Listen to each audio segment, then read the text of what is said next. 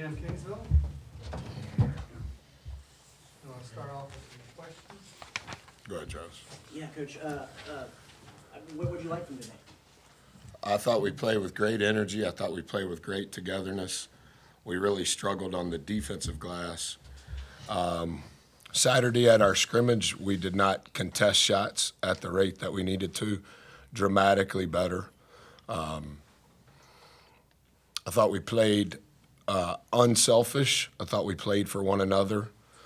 Our ball screen coverage was not great, but overall, to be able to play for the first time in front of fans, I thought there were a lot of good things. Kind of a reflection point at this point in the season, looking back at where y'all were in this game last year and how it turned out this year, does that show an upward trajectory from? I hope so. I hope so. They should have beat us last year. The officials were trying to help us. But I do think that our adjustments in running our defense the second year, you could see some of that tonight. And I think some of the things that we're doing in early offense fit our personnel, which allows us to play at probably a better pace. I think the depth of our team should be a positive. And I think in time, the versatility of how we can mix and match, like I talked to you about the other day, could be really good for us. Yeah, to that note, I know plus minus isn't necessarily a great stat, but when you're running line changes and you just see those numbers. Yeah, you can see it. It's kind of like a little bit of a race. Was that a good indication? I did a little bit of that in the scrimmage, and then wanted to mix and match a little bit in the second half. Didn't stay true to it until after the second media timeout. I don't know if that's good or bad, but I think it's good relative to the reps. It's kind of bad that we didn't maybe mix and match as early as we should have, but I just thought we were playing in a good groove, and so I just left it alone. Do you have a good idea of what rotation, starting lineup, are those starting to come together in your mind a little bit after this?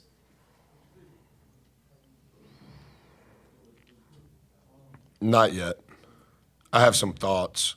I like the group that we started, but there is some positives from the guys that didn't start. And so I think it'll probably take us a few weeks to kind of figure that out. Coach Stella, what has this series kind of meant for y'all the last 4 years to kick things off? Oh, man, I tell you what, it's this is a very difficult game for me and him. I mean, it's good for y'all's fans tonight. But, we're family. And the man that made this happen, Lewis Orr, who we both owe our career to have him and Miss Orr here, to be able to see two of his children, as he say, compete and see that the investment that he put into our lives and our families' lives come to fruition. That's why I play the game. I play the game for our guys to see what an elite team looks like. And this was a tournament team. I know it's the first game, and they're really good. They make it very difficult to run offense. They play together. They play hard. This is a tournament team. I'm not surprised what Buzz and his staff has accumulated here. I think I said this in the very first time. It takes time, and this is the year I think you're going to really see what Buzz and his staff has put together. Because that team that was out there, we just got through playing, it's hard to play against. And it reminded me a lot of, I have 14 years in junior college, and Buzz came either junior college product, but that's how junior college teams play. They play hard. They play a lot of different lineups. They play, because they're all trying to go to the next level. And for him to be able to put that together at this high major Division I in this world of NIL and everyone thinking about me and the NBA, that's a tribute to him and his staff. Coach Williams, just talk about the impact of this year's newcomers so far. I mean, you can already see an immediate impact in the inside and in terms of athleticism on the team. Yeah, I think our staff was phenomenal in identifying their character. I think all of those guys fit how we want to work each day, so that would be the first thing.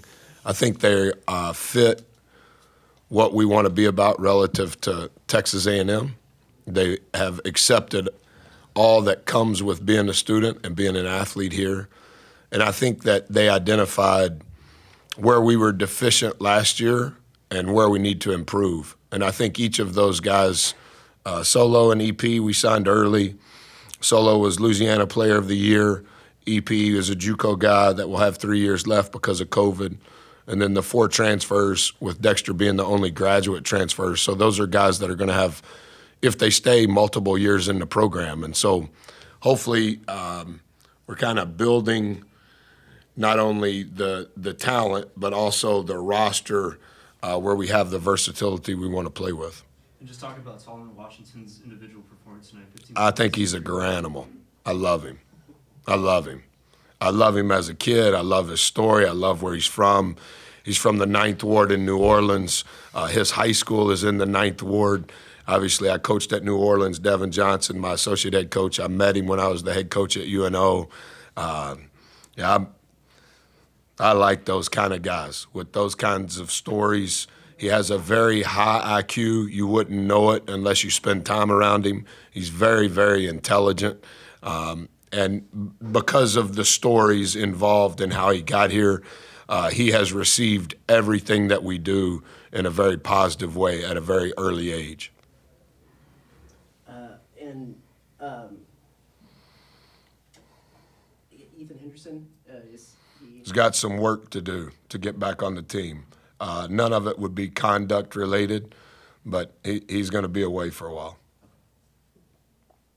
Anything else? Coach Estelle, for you, you have 9 new faces on this team. Really, this is their first competitive game playing together as a team. What do you take away in terms of your team's performance as you guys get ready for your regular season? This is a very difficult game for newcomers. This was a difficult challenge. But at the end of the day, we have to gauge it differently with, did they compete? Did they try to fight? Did they, I know they wouldn't execute to that level, especially with, the type of defense that Buzz was playing tonight. But, I'm proud of these young men. You say, well, how can you be proud of them when you got beat like you did? But, it takes a lot of courage to come, from Kingsville, Texas, a little small community, and South Texas, and come up here and play a SEC Hall of Fame coach like Buzz. And, it's humbling in a lot of ways for them, because I think a lot of times kids, and especially, you can attest to this, Buzz, in basketball, they're a little delusional at times of how good they really are until they actually get in the heat. And like I said, as a junior college coach, you develop kids that played at this level, so you kind of have a feel for it, and you try to tell them what's coming. But I don't have to say that probably Monday. And as a matter of fact, I told him if I have to say it, then I won't be talking to you too much, the rest of the year. But no, I have, those kids have a lot of character, man. And we play at a level that there's not a lot of bells and whistles. The community there in Kingsville, we had a good showing that here to embrace these young men, and they're my guys. I love them when we win. I've sat up here the first 2 times when we played, and we played well, and I'm gonna own this one too.